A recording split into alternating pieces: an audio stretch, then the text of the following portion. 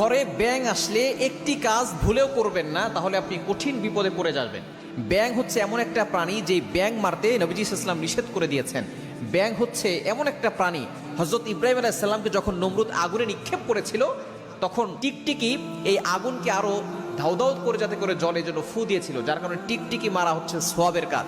আর এই ব্যাঙ এই আগুন নিভানোর জন্য তার মুখে যতটুকু জায়গা আছে সে পুকুর থেকে পানি নিয়ে যাচ্ছিল। তখন তাকে জিজ্ঞেস করা ছিল এই পানি নিয়ে কোথায় যাও, তখন সে বলেছিল আমি ইব্রাহিম আলাইহিস সালামকে যে আগুনে নিক্ষেপ করা হয়েছিল আমি এই আগুন নিভাতে চাই। যদিও তার পানি তার মুখে অল্প ছিল, কিন্তু তার চিন্তা চেতনা ছিল ইব্রাহিম আলাইহিস সালামকে বাঁচানোর।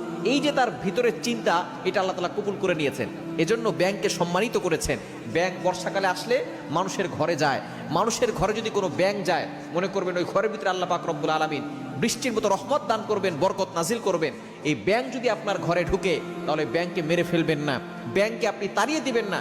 আপনার ঘরে ব্যাঙ থাকলে আল্লাহ পাক রব্বুল আলামিন আপনার ঘরের ভিতরে বরকত নাজিল করবেন। নবী সাল্লাল্লাহু আলাইহি ওয়াসাল্লাম এই ব্যাঙ মারতে নিষেধ করেছেন, কেননা এই ব্যাঙ সে ইব্রাহিম আলাইহিস সালামকে বাঁচানোর জন্য চেষ্টা করেছিল, এই চেষ্টা আল্লাহ কবুল করেছেন। সুতরাং ভালো কাজের চেষ্টা যদি আপনি করেন আল্লাহ তাআলা আপনার এই ভালো কাজটাকে কবুল করে নেবেন। সুতরাং আমাদেরকে সবসময় চিন্তা করতে হবে এই ভালো কাজ করার কারণে ব্যাঙকে সম্মানিত করা হয়েছে, এবং ব্যাঙ যে ঘরে থাকে সেই ঘরের ভিতরে আল্লাহ তাআলা বরকত নাজিল করবেন।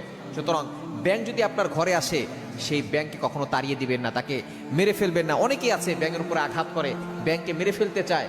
আল্লাহ পাক রব্বুল আলামিন এই টিকটিকিকে নবী সাল্লাল্লাহু আলাইহি ওয়াসাল্লামের মাধ্যমে মারতে বলেছেন, এটা হাদিস দ্বারা প্রমাণিত। সুনান ইবনে মাজার ভিতরে রয়েছে, নবী সাল্লাল্লাহু আলাইহি ওয়াসাল্লাম বলে দিয়েছেন এই টিকটিকি যে মারবে সে এক আঘাতে মারতে পারলে, আম্মা জান আয়েশা রাদিয়াল্লাহু তাআলা তার ঘরে সবসময় বর্ষা রাখতেন এই টিকটিকি মারার জন্য।